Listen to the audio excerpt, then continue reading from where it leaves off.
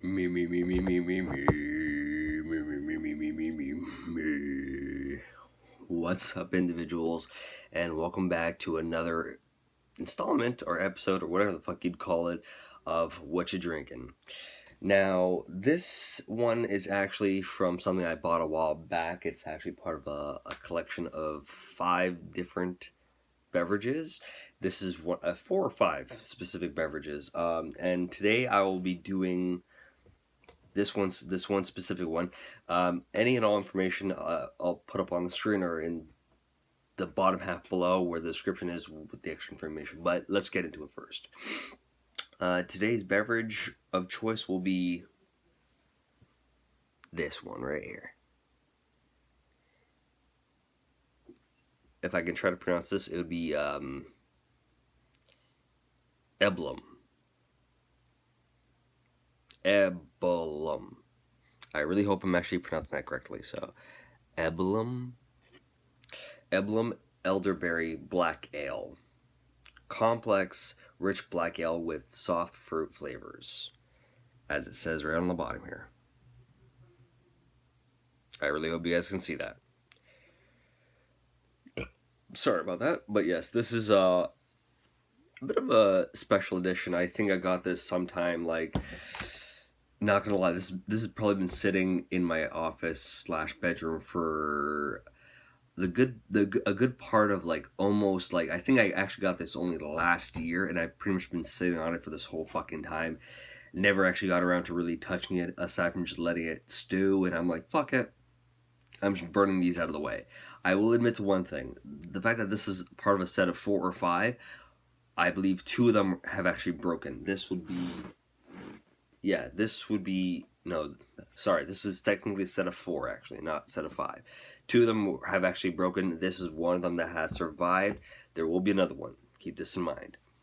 But what I can tell you guys right off the bat, Williams Bros Brewing Coalition produce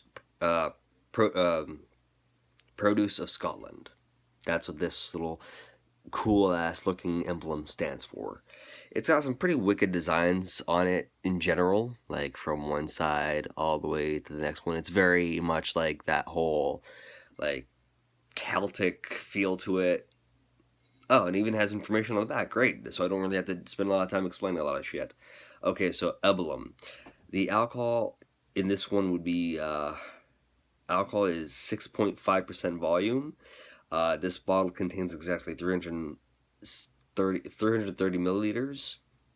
And the inscription here says, elderberry ale was introduced to Scotland by Welsh Druids in the 9th century and frequently enjoyed during the traditional autumn festival celebrations. Based on the 16th century Highland recipe, Eblum is a dark, rich, fruity beer with a strong single hop aroma and satisfying bitter conclusion.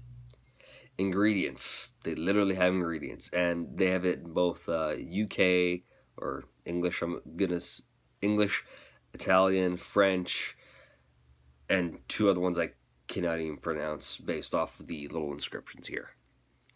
The basic ingredients are water, malted barley, malted wheat, oats, elderberries, 1.5%, hops, bog myrtle, bog myrtle, Bogmyrtle.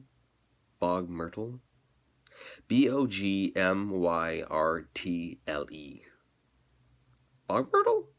I don't know, maybe? And yeast.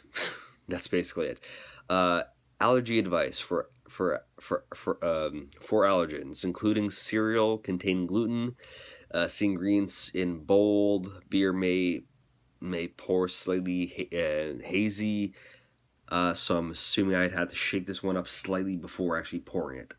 I'm definitely gonna keep this in mind. But overall, it looks like a pretty cool, like I've said before in other videos, I am not a entirely huge fan of bottles because I do more tab collecting, if anything, but I'm not going to pass up a good beer or possibly exploring a new beer because of this. If anything, it's just going to be something interesting to try out for myself. But fuck it, let's dig it. Oh wait, I think there might be more information because I do actually have the pamphlet that came with the package that I got. So let's see what we have here.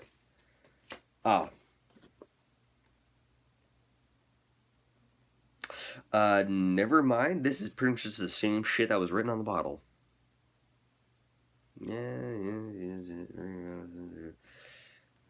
Actually, I can't. I can easily read it, so it wouldn't do much difference. Emblem, so, Emblem Elderbeer Black Ale, introduced to Scotland, Welsh Druids, 19th century. The Elders would. Okay, so here it says.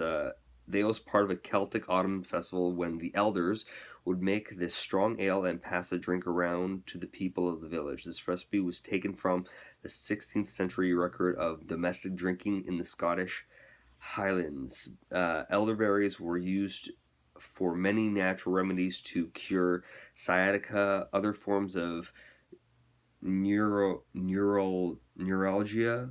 influenza, and rheumatism. Fuck.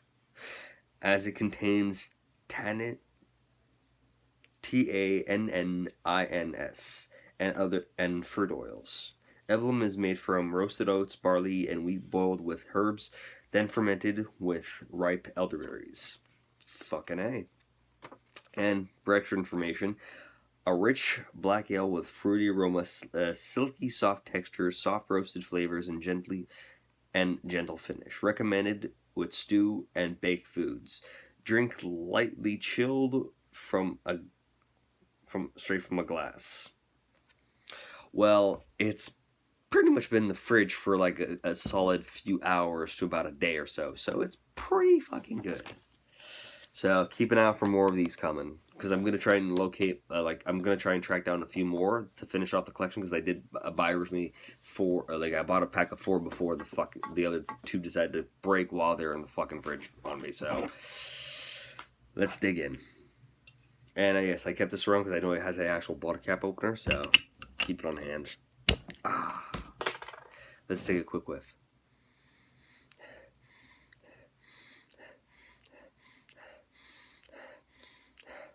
It does smell strong, but I'm going to hold off on that. It said it was dark, so let's see what happens. Wow. It looks like fucking Coke. It looks like a Coca-Cola.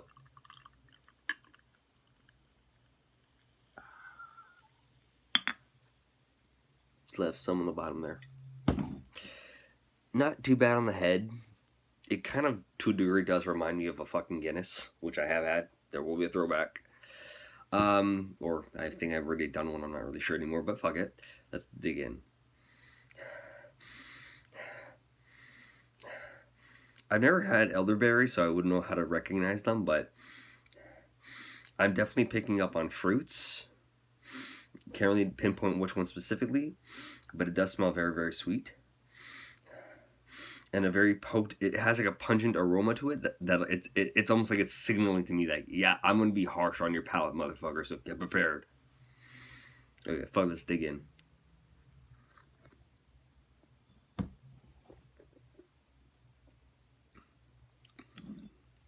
Wow. Okay. That's definitely something. I don't know why, but the immediate reaction I have based on that first sip, the only thing that comes to my mind is I feel like I just drank medicine. Yes. Oh. I just got medicine. Strangely, I got toast, which I'm not sure is normal for these kind of beers. It's interesting.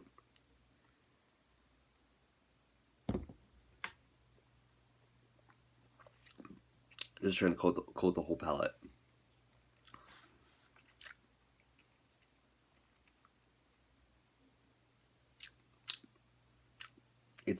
I can taste the fruity factor to it.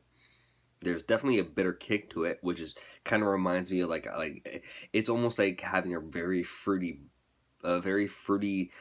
Buckley's, if anything. Like it tastes like it's kind of medicine-y, if that makes any fucking sense. Like it's kind of hard to describe what this is like right now.